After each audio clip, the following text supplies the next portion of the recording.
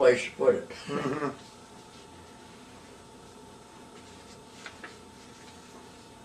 Okay, we're rolling. All right, this is a home interview, Schenectady, New York. It is the 27th of June, 2007. Approximately 1 p.m. Interviewers are Mike Russert and Wayne Clark. Could you give me your full name, date of birth, and place of birth, please? Frederick Allison Randall. And my date of birth is January 1st, 1916. Okay. Where were you born? On Huron Street in Schenectady, New York. Okay. And what was your educational background prior to going into service? I was graduated from high school in South Glens Falls. Okay. Now you told me earlier, before you went into the military, you joined something called the Army, the Junior Brigade. Junior Brigade. Could you tell us about that, please? Well, when I was 12, I had my choice of going either to the Boy Scouts or the Junior Brigade. Now, the Junior Brigade was sponsored by the Company K of the 105th Infantry of the old 27th Division. That was the New York State Guard, National Guard. And they had a armory in Glens Falls at on Warren Street. And I joined it. I was part of a youth organization that we would go to a meeting, and we would spend an hour doing drills and having talks about the how military maneuvers were done, and then we would have an hour of Boy Scout work of, well, like the Boy Scouts do, first aid and how to build fires and how to, I can't remember all of the different things. It's been a long time ago. But I was with it. Oh, we used to go on hikes on weekends, and we learned how to, as I said, build fires, how to cook, how to be sanitary outdoors in the woods. We could learn how to build a lean-to with just our scout knives, and we learned how to use a compass, how to so that we wouldn't get lost in the woods, and it was just a great affair. We went out in the winter, and we learned how to fix ourselves so we could sleep in the snow. And believe me, in the bulge, I needed that kind of experience because it was cold. And Now, how long were you in this Junior Brigade? I was in it until I was 17. Then I joined the National Guard, and I was in it for 7 years. Then I moved here to Schenectady, and I went into the General Electric Company to work as an apprentice on in their apprentice school for tool making.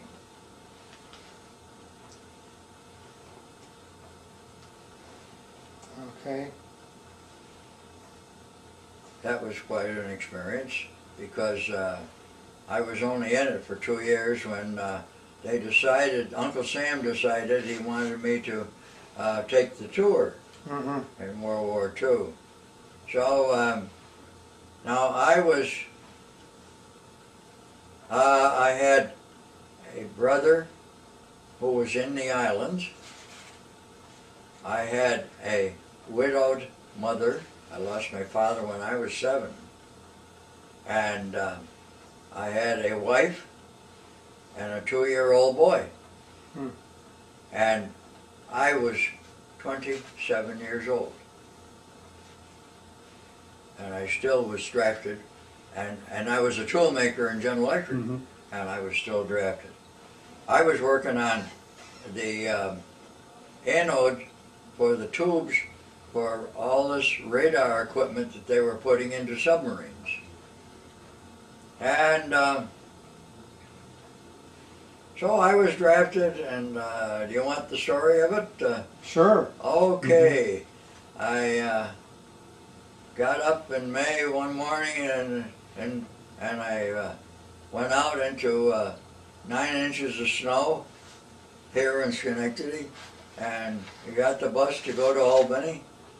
While I was in Albany and they were rounding up the fellas that were supposed to go to Fort Dix, they come over and handed me the paperwork. I was their leader. I took them to Fort Dix.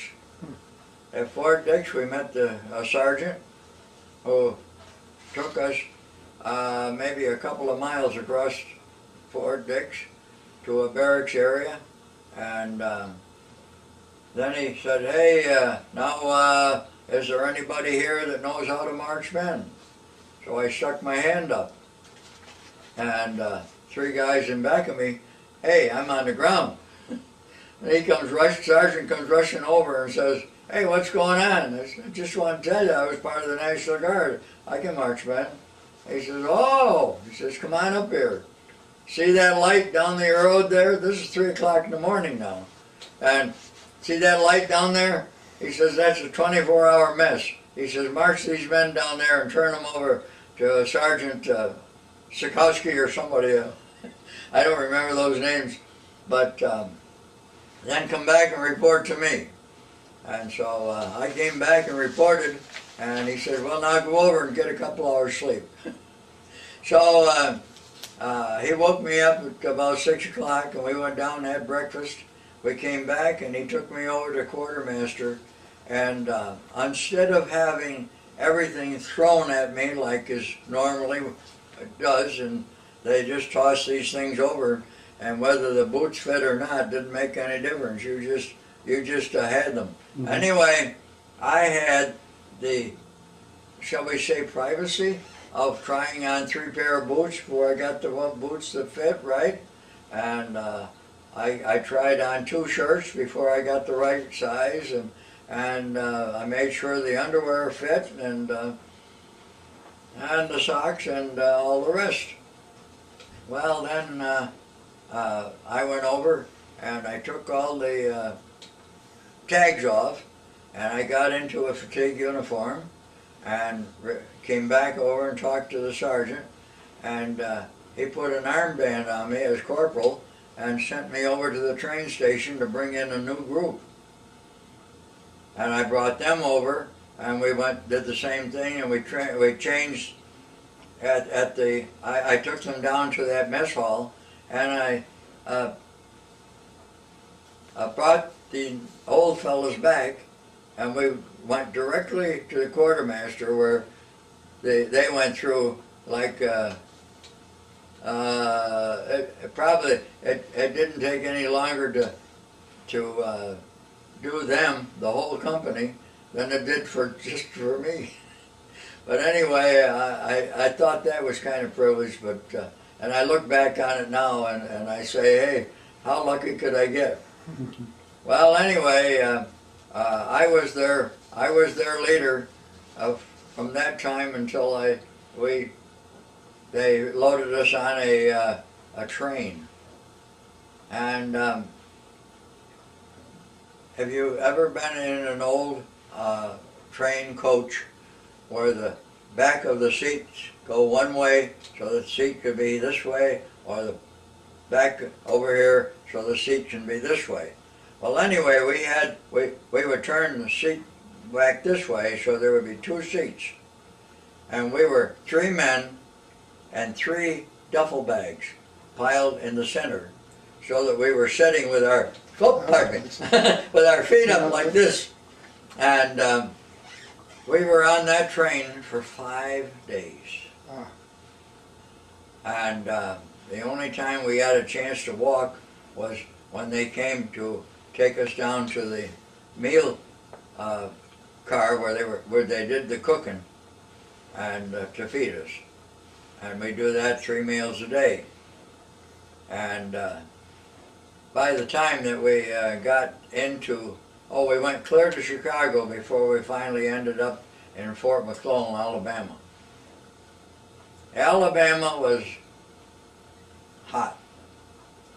We got there in May, and we were there. Had you ever been at McClellan before with the National Guard? No, No. no. This was Army now. Mm-hmm. Yeah, I was just wondering because the Guard went to McClellan for maneuvers a couple times too. Yes, I know because the 27th Band was Yeah. on there. Yeah. Okay, I'll get to that in a minute. Okay. I tried to keep it a secret that I played drums. And of course I'd been playing since I was 9. And lucky me, I was able to get a few dollars in during when I was 10, 11, and 12, playing in different places where so that I could give Mother a couple, $3, $4 once in a while. That fed us because without Dad, she was trying to do washings in a house that had no electric and no running water, just a water pump in the sink or hand pump, and a little house out in back of the big house, and it was no fun at 5 below zero. But anyway, let's get on to Fort McClellan here. We're there about 6 weeks, and then we are out on a 10-mile forced march, and we had chow, and then we were on a forced march back 10 miles, and it's 110 degrees. And when we got into the barracks area, First Sergeant says, "Randall, fall out here, and the captain wants to see you." What had happened was, as I said, I tried to keep it a secret that I played. And I had a pair of drumsticks, which I would, when I could get away by myself, I would do it just to keep my wrists going and keep them limbered up. And so I went into the captain's office, and a colonel stood there with my drumsticks in his hand. And he says, "Are you Randall?" And I said, "Yes, sir." And he says, "What are these?" And I said, "Colonel, they are not knitting needles. They are drumsticks." And he says, "Well, what have you got them for?" I says, "That was my job before I came into the service. I was a drummer." "Why didn't," oh, I won't say the words he said. "Why didn't you tell me that before? You get yourself out there in my Jeep." And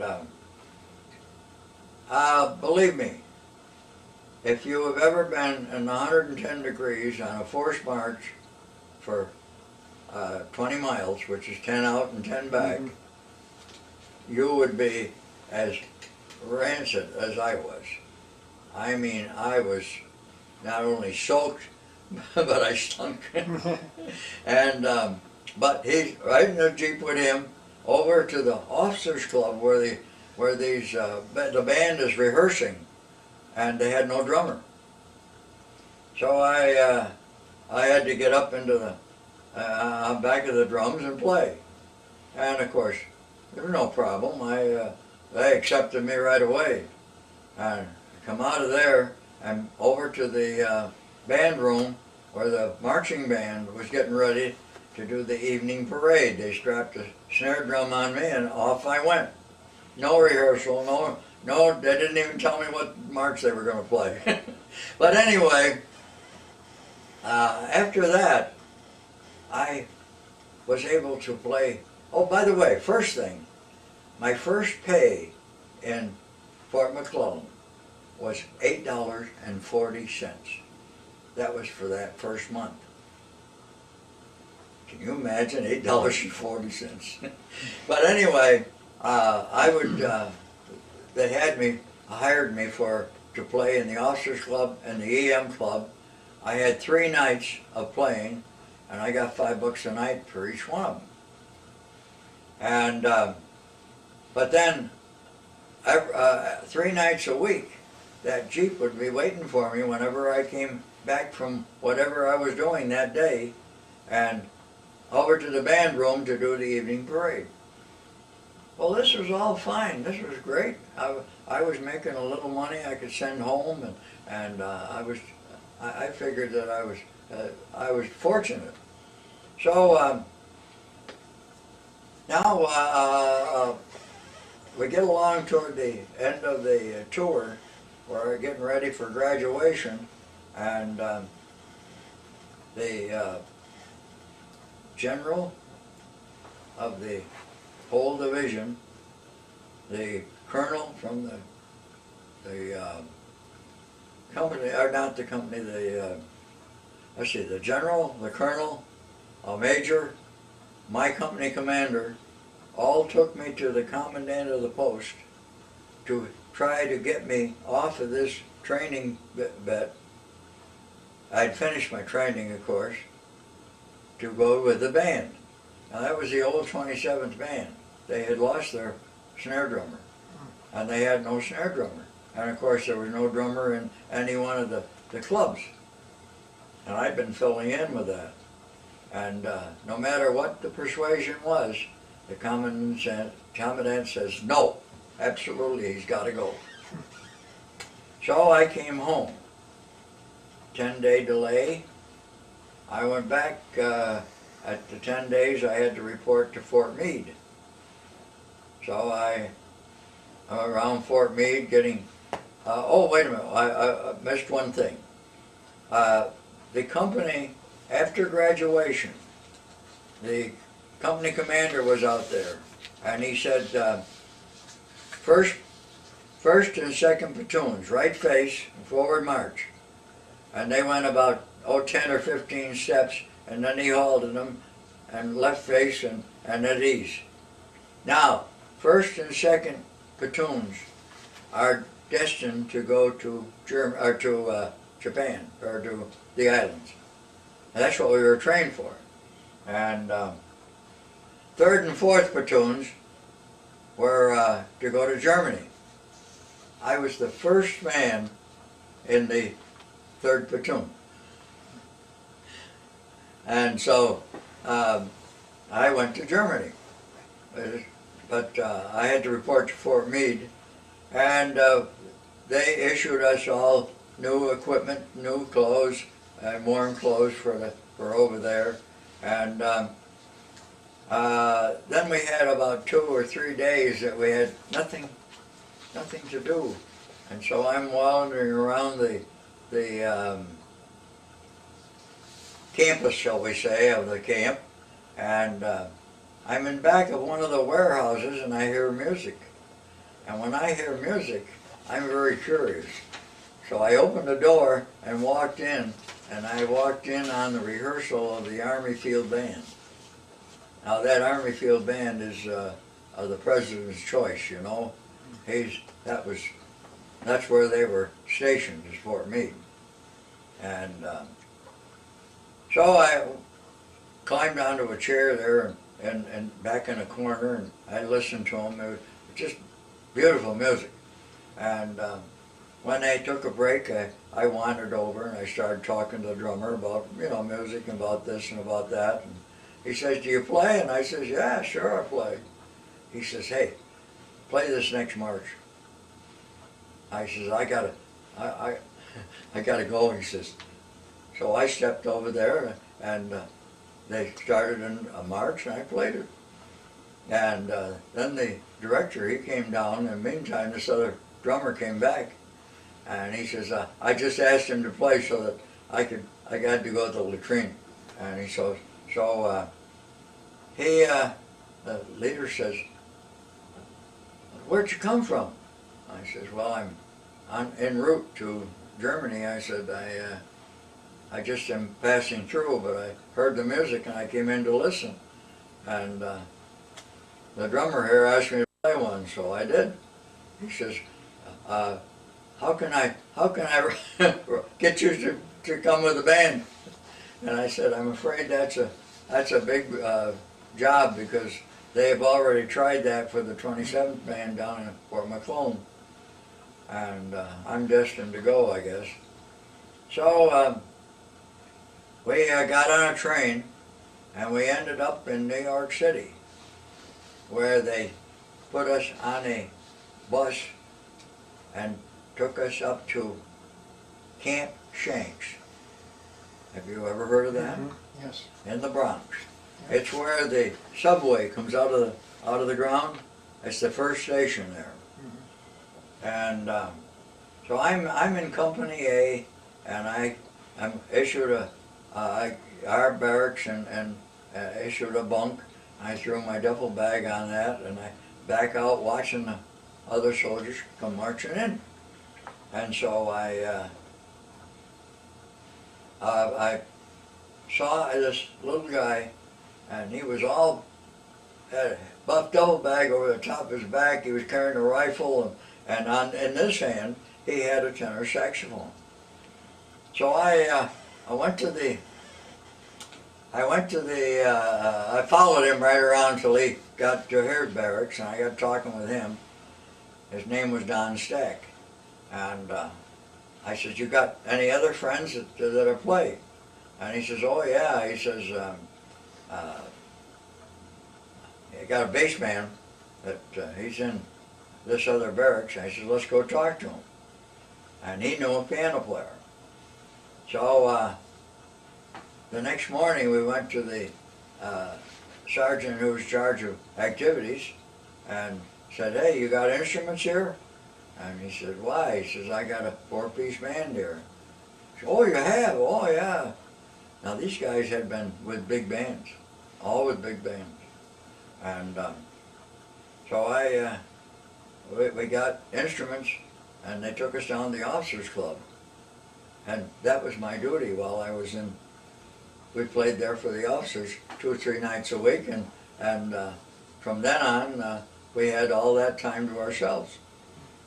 So I would go down, and I had a cousin that played in New York, and I would go down and go on gigs with him just to listen, and it was just great. Well, we got ready to. The ship came in, and we got ready to sail, and they asked me. Oh, they issued me, or issued us, the instruments that we had procured from the warehouse to put on the ship.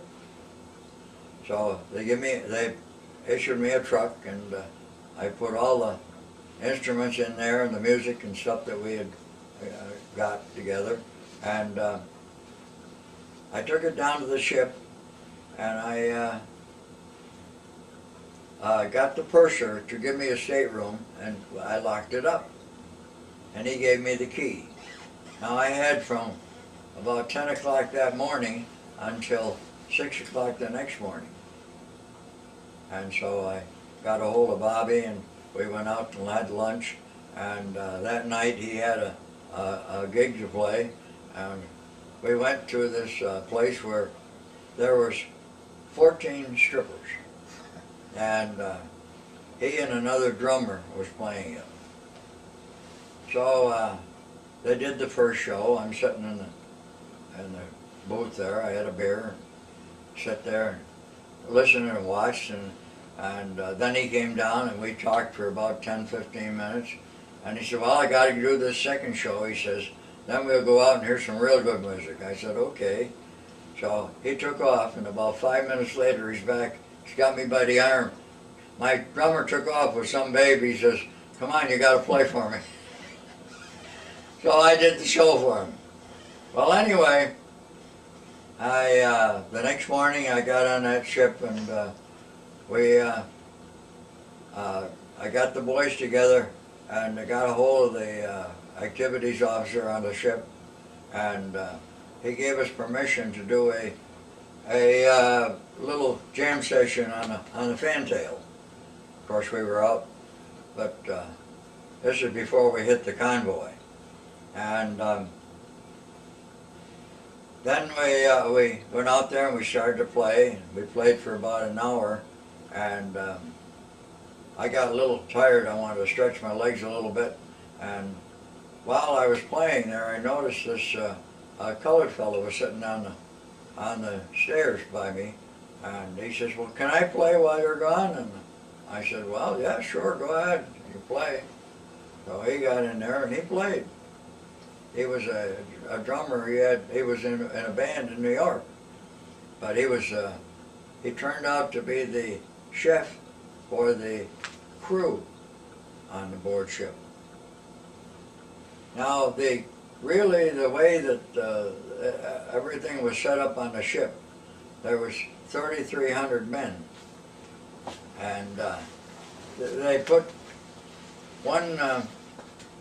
They started a line at 6 in the morning, and they would go through the chow hall, and then they would come back and form that line again, and go through the mess hall again.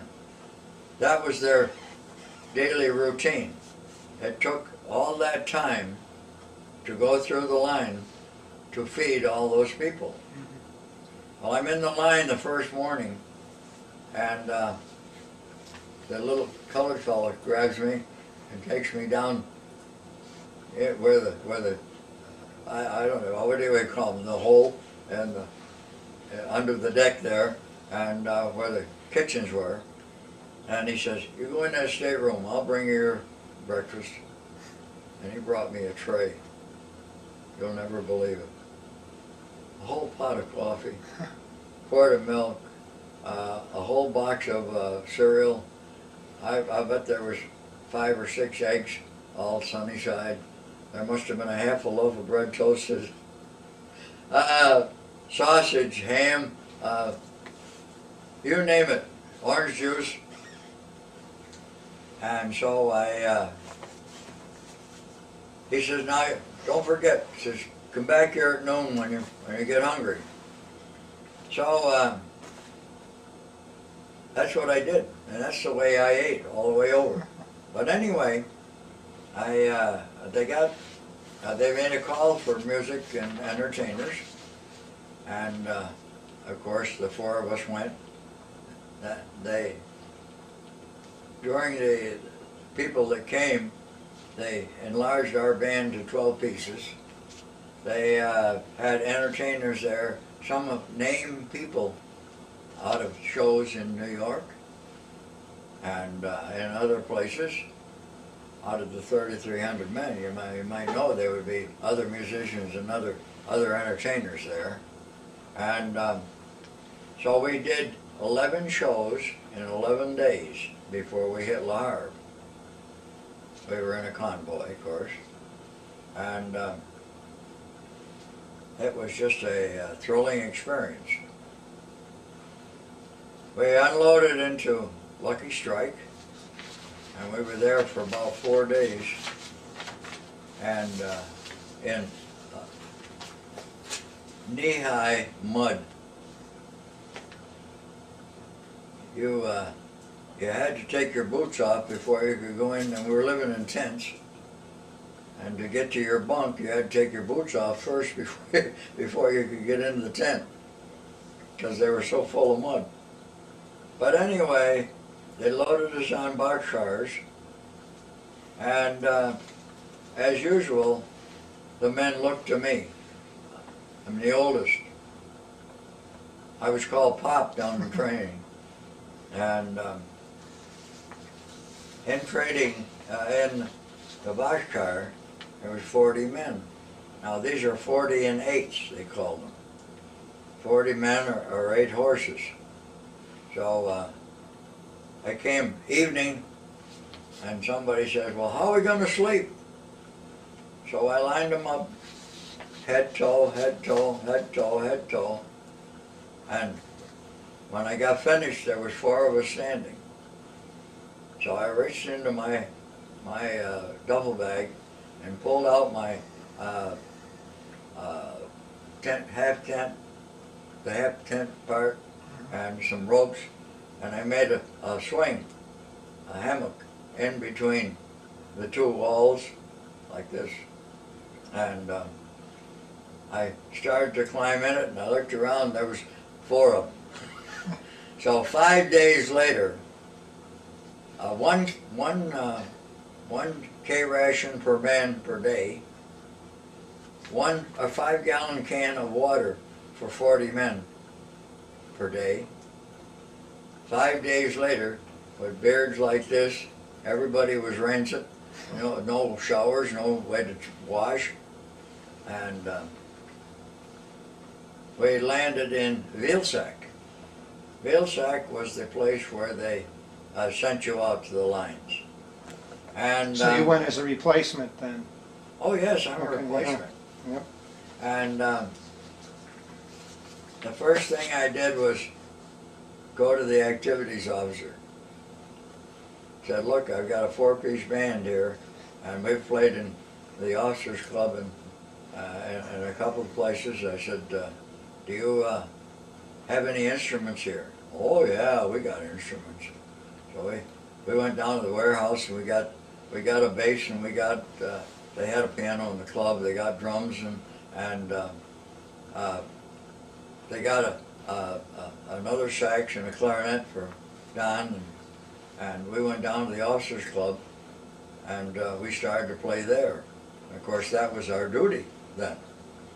And about 6 weeks later, the colonel calls me in the office and he says, I don't want to do this, Fred. He said, well, Sarge, or Private, or, whatever. Fred, I guess he called me. And, because I had known him in the club. And so he says, but I've hid your paperwork in the bottom of my drawer here. He says, I'm going to have to get them out and send you to the lines. So I said, well, if that has to happen, that has to happen, of course. But the people in the club, they didn't care much about that. I missed one little story that I think is very, very cute. In training, I had to do one duty of guard duty, one time of guard duty. And where did they put me? Right in front of the officers club. And of course I'm playing there now. Everybody knew me. And I did the first tour, and that was an hour, back to the barracks for 2 hours, and then I took the second tour about 8 o'clock. About 8:30, I'm walking past the door, and there's bushes here and bushes here, and I get over here, and an arm grabs me in back of the bushes, and this lieutenant says, give me your helmet and your Sammy Brown belt and the rifle. He says, and he put them on, and he started doing the tour. He says, by the way, he says, there's a tray there. I had a big sub sandwich, a schooner of beer, and chips, and hey, I sat there and had my little lunch, and he's walking my post. But we left Vilsack, and I joined the 1st Division in Remagen Bridge. Now, I'm not, and I don't talk about the war. I came out of it, and I came out of it as a sergeant, and I just can't talk about it, if you know what I mean. Mm-hmm. But the day that we after the armistice was signed, I had 30 men left out of a 300 group. I was the first sergeant. I pulled them into this field, and we set up our tents, and I got them shaved. We had no officers. I got them shaved and got them cleaned up, and got them to wash their clothes, and we made a company street. 2 days later, a second lieutenant came in right from West Point.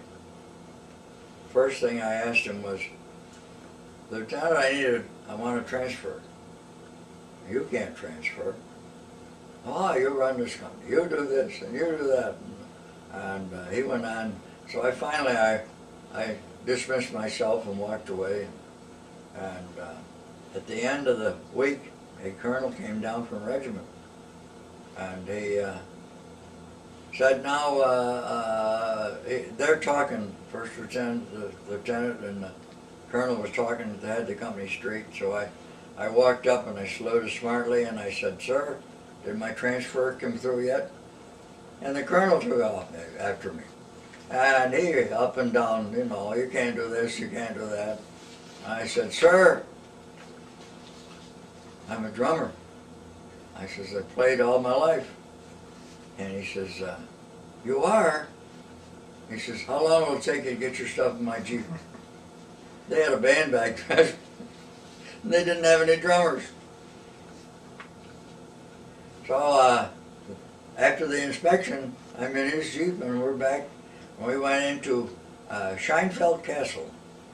Scheinfeld Castle was about halfway between Nuremberg and Würzburg in Germany.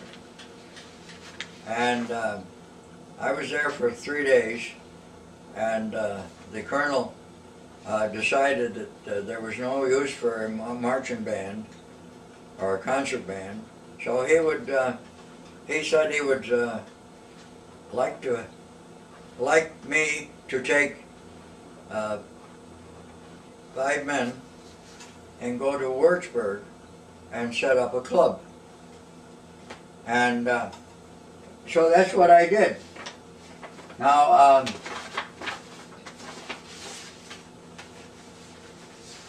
let's see if I can find it here,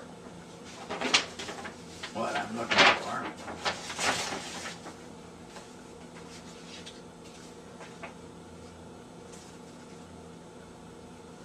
This is the band that I had.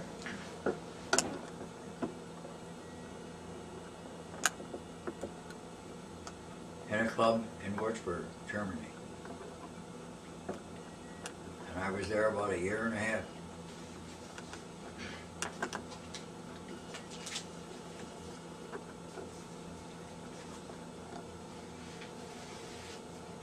This is the kind of write-ups we got in the paper.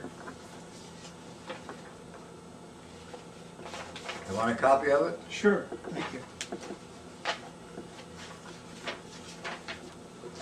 Here's write-ups we had in the Doughboy. Oh, he did vocals also. Oh yes. Oh, you didn't tell us that. Well, I haven't had a chance really to tell you everything. You gotta think about these things, you know. Mm-hmm. Let's see what other things I've got here. This is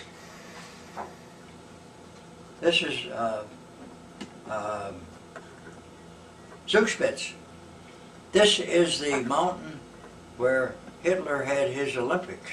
It is Garmisch-Partenkirchen is like Lake Placid is here, Olympic. Mm-hmm. And I skied on Zugspitze. I had a chance to go up there, and I skied on Zugspitze. I skated in the Olympic Stadium there, and those were my sports. There's a picture of me skiing. Now that was at the end of the war? Oh yes, this is after the war is over. Okay.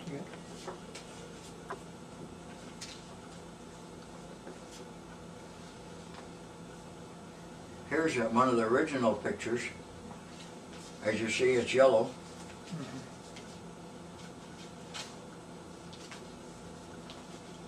Mm-hmm. You want those? Sure, we'll put them in your folder. There he is. Okay, hold it right there. I'm very proud of that. Mm-hmm. I've got a big one in there. Okay, got it. And then I came home.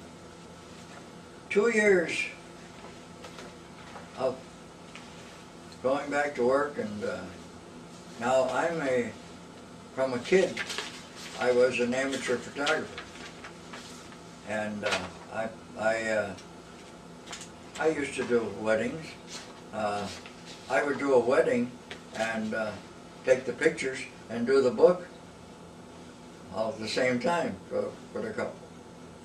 And I was doing some pictures for a gentleman in Albany, and he said, well, he says, now, are you a veteran? Yes, sir. What stripes did you have? Okay, I told him. And he said, I have a vacancy in the photo section of Signal Company. I'm the commander. And he said, that was Captain Donovan. And he said, I I don't have anybody there. I need somebody that is interested in photography and will help me get a few men there to operate, because we have to go to camp. This is April. We have to go to camp this summer. That was Old Pine Camp. Remember Pine Yep. Camp? That's where a drum is now. Yep. Yeah. So, Now you were still in the Army, or were you in the no, Guard? I was discharged in Discharged. 46. Oh, And this okay. is 48. Okay. And so I, in the meantime, I had been subpoenaed by the VFW, and in 1954 I was part of the 8692 in Colony, where I had built my home. And time goes on. I'm in that company. I am working in GE. I'm playing nights. I'm supporting my family, and everything is working out real fine. And so my life goes on until I retired from GE and retired from the Guard at the same time in Now, how long were you in the Guard? From 30 years. 28 years in the Guard, 2 years in Germany. Okay. So you went back into the Guard then in what, 46? 48 48. Until when? until 76. By that time it was Fort Drum. What rank were you when you retired? I retired as an E7, Sergeant First Class. Okay. So then I started playing here in Annie Schaefer. Annie Schaefer was a very thriving senior center. Mhm. We would play there for dancing on Monday night. And we started at 7, and at 8 o'clock you couldn't get on the floor. There were so many people there dancing. And it was just a thrill to be part of it. So then they decided to build this building. And that was in 1993. In 1995 it was completed, and Marion and I had already chosen our apartment. We sold our home and we moved in here. And I started then to do a Flag Day celebration. Now these are our pictures that was taken at this latest celebration. See me playing? Mhm. I'm in uniform, and I'll show you that uniform before you leave. Okay. I had an admiral who was part of my ceremony. This is my color guard. And of course, there's my flag. And for every year since, this year is very important. This is my grandson who had just come back from Iraq. He had flown that flag during combat, during shelling over in Iraq, and brought it back, and we flew it here for a year. Then we presented it to him. Oh. And incidentally, he is now out in Camp Edwards with his unit. He's part of the National Guard in Massachusetts. Mhm. And they are training now to go back to Iraq for the second time. Now, before we go, too, what you wanted to tell us about that photograph? Oh, wow. Can you get it down?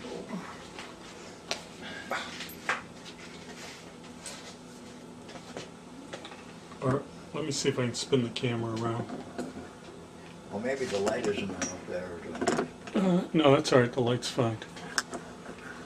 Now, how That did photograph, tell us about that? that is a 155 howitzer, and it's mounted on a tank, and it was firing what the photographer Sergeant Pat Pugley in the photograph there was trying to do was get a picture of the mushroom with the pedestal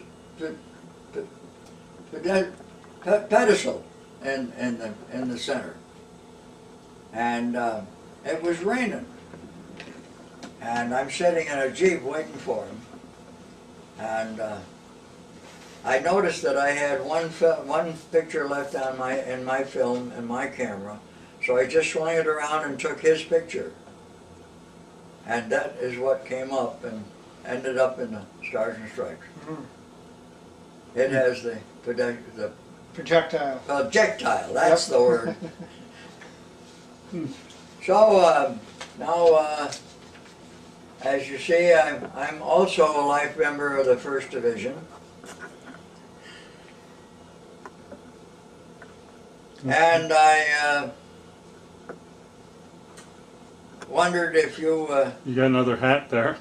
Oh, well, this one here is just a VFW hat that has a lot of buttons on it.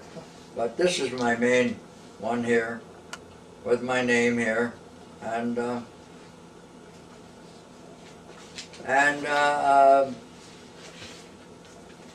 what was I going to say here? Oh, yes. While I'm right here, let me get this out of the way. Would you like to have this for the museum? Sure. Sure, yes. Yes, thank you very much. Can you explain that to the... Well, this is the book from World War I on the Lost Battalion. What is it called? Rhyme and... Yeah, I believe it was called Rhymes of the Lost Battalion. Rhymes of the Lost Battalion. It's a beautiful copy. Now that belonged to your father, Yes. and he bought that after, or brought it home from World War I. My father is a veteran of World War I. Mm-hmm. What? 5 days. Oh, really? When my father was a youngster, 9, 10 years old. We were living in South Glens Falls. They were, and that's the Randall homestead up there. And they took Father to the circus, and at the circus they gave him each a yardstick. Now this is still in the 1800s, Mm-hmm. and or late 1800s, and of course there's no street lights when they're coming home at midnight, and a little 9-year-old is running. You know how they are, Mm-hmm. and we all were, and he's running up the street with his yardstick, and he hits a fence and digs his eye out. And then at that time, there was no doctors at that hour, no hospitals, no emergency places. So they had to leave him all night. And finally, the first thing in the morning, his father got him out to the doctor. But by that time, the eye was dead. So he had eventually ended up with a glass eye. And all right, now he's drafted to go into World War I. And he's gung-ho about it. He wanted to go. So he gets down to Fort Hamilton, and he goes through the physical. He's passed it. He went through the getting all his uniforms and all his gear and duffel, because it was they only kept him 2 weeks, and then they started to ship him over. They didn't have basic training here. And my father was a hunter, so I mean he knew how to fire. He had know how to take care of a rifle, because he lived up there in the Adirondacks, you know. And so what he did was he was out on the range and he was firing expert. Sergeant came along and he says, I want to commend you. He says, stand up here. He says, I'm going to commend you on your firing. He says, how'd you get to do that? He says, well, I've been a hunter all my life. I always had rifles and guns. And he says, I'm ready to go. And he says, well, there's just one question I want to ask you. Why is it that you cock your rifle just a little bit off center to fire and you fire expert. He says, Father says you don't want to know. And he says, oh yes I do, it's my job, I got to find out. And he says, well, okay, and he reaches up and takes the eye and hands it to him. And the next day he was home. So that's my father's experience in World War I. What was your father's name? Charles. Charles. Charles Isaac. They called him Mike. I've got a picture of him here someplace driving a National Biscuit wagon with a horse. And it's in the middle of the winter, in snow, it's a sled. National Biscuit Company, you know, NBC. Long before NBC, the Nabisco. And not only that, but I was born, as I said, down here on Huron Street.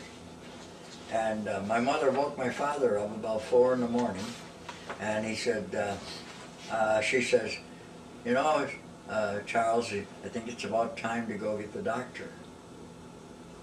And he said, well, all right. So he gets up and he gets his boots on, and he gets, this is New Year's.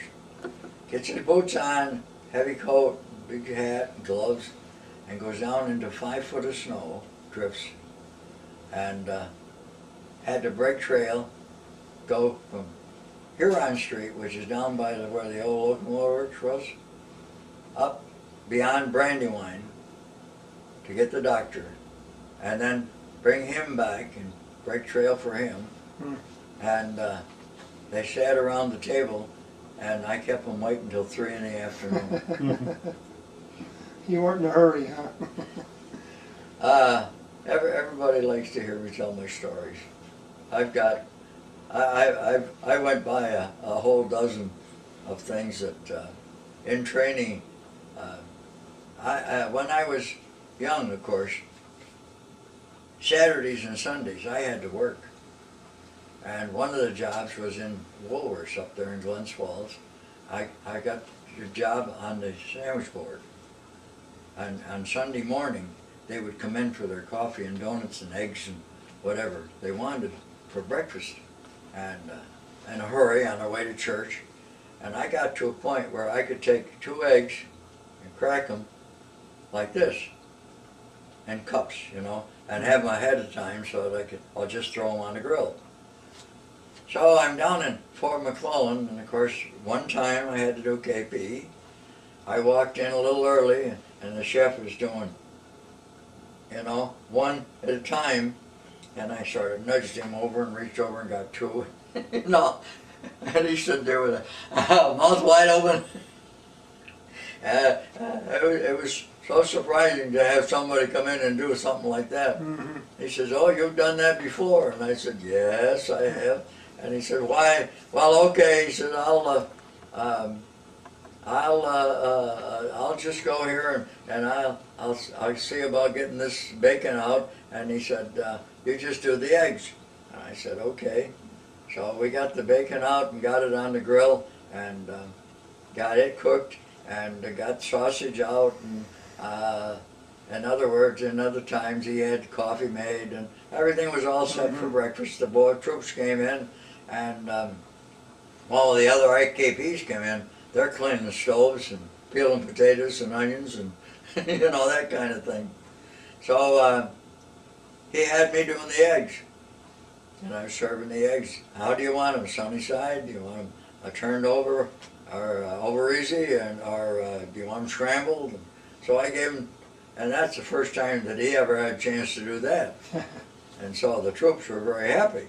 And so they had what they wanted, and after the breakfast was done, and I got things sort of cleaned up around the grill and around the things, and he said, well, he says, now go over and take it easy.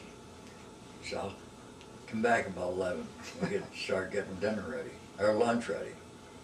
So I did that, and I come back and got lunch, and he had me cutting the roast and or basting the roast first and then getting it out of the oven and cutting it and serving it and doing serving jobs like a cook would, you know. Mm-hmm. And sent me back about 2 o'clock till 4, so I come back for supper. I mean, when supper was over, he dismissed me, and those other guys never got back till 11 o'clock. But anyway, I've had some good things happen. I've had some good times in the service, and I'm still doing the things that I love to do, music, and I love my flag. And that flag out there I have produced ever since I've lived here. I get them from different congressmen and different senators. This one here came from Congressman Mike McNulty. That just happened here the 12th of June. Now, let me put this in here. Now, if I don't give those pictures and things to you, I don't know where these things will go. And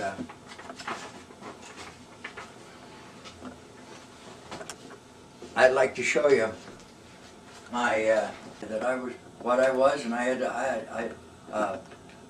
had to put in every drill that I made and every camp I did, from 46 to from 48 to 56. Now in 56, the United States government said, we are changing your Army serial numbers to your Social Security numbers. So my 422, I had it on tip of my tongue. 422196522. Now that Changed to my serial number. now, what was that medal again? Was that That's 25 years okay? National Guard. Let me focus in on that.